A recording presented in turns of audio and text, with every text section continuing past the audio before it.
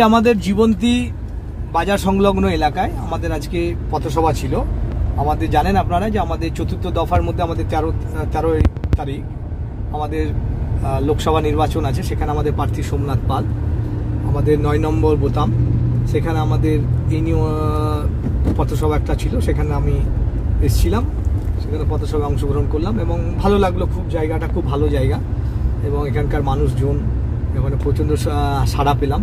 মানুষের মধ্যে প্রচণ্ড হারে উৎসাহ আছে মানুষের এই পার্টি সম্পর্কে, কারণ আমরা সর্বভারতীয় আর্য মহাসভার পার্টি সম্পর্কে মানুষের মধ্যে একটা উৎসাহ দেখা দিয়েছে এবং উদ্দীপনা দেখা দিয়েছে।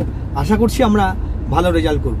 আচ্ছা, কোন ইস্যু তুলে ধরছেন মানুষের পাশে? আমাদের ইস্যু বলতে দেখুন, আমরা ইস্যু তো বাংলায় তথা ভারতবর্ষের যে কেন্দ্র সরকার আর রাজ্য সরকার নিয়ে আমাদের ইস্যু তো শেষ নেই, প্রচুর ইস্যু।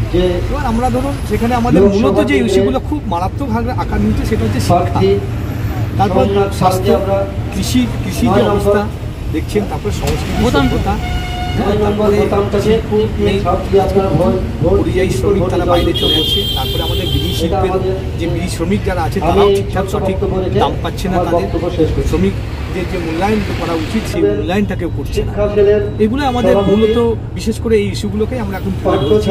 আর বেসিক হচ্ছে যেটা মানুষের প্রচণ্ড যেটা হচ্ছে সামান্য যেটা মানুষের জন্য যে কাজ করার যে চাহিদা সেটা নয়। কারণ যে কেউ কারো কোনো রাজনৈতিক দল ভাবছে যে আমি এটা দিয়েছি, আমি অনেক কিছু পাই দিয়েছি, কেউ কাউকে পাই দেয় না। কারণ আমাদের ট্যাক্সের টাকায় সাধারণ মানুষের টাকা নিয়ে আমাদেরকে আমাদের জিনিস ফিরিয়ে দিচ্ছে। যুক্তরাষ্ট্র পরিকাঠামোয় তো আমাদেরকে দিতেই হবে, সেখানে দিচ্ছে, কারণ আমরা আমাদের ভোট নিয়েছে, সাধারণ মানুষের ভোট নিয়েছে, আমরা একটা টাইম ভোট দিয়েছি, তার জন্য ওরা জিতেছে। জেতার পরে তারা যদি এখন বলে যে আমরা দয়া করছি বা দয়া দাক্ষিণ্য কেউ কাউকে করছে না, কারণ এটা আমাদের প্রাপ্য, মানুষের প্রাপ্য, মানুষকে বুঝিয়ে দিতে হবে। যদি না বোঝায় তাহলে পরে আমরা তার প্রতিবাদ আমরা করব এবং করছি। ঠিক আছে।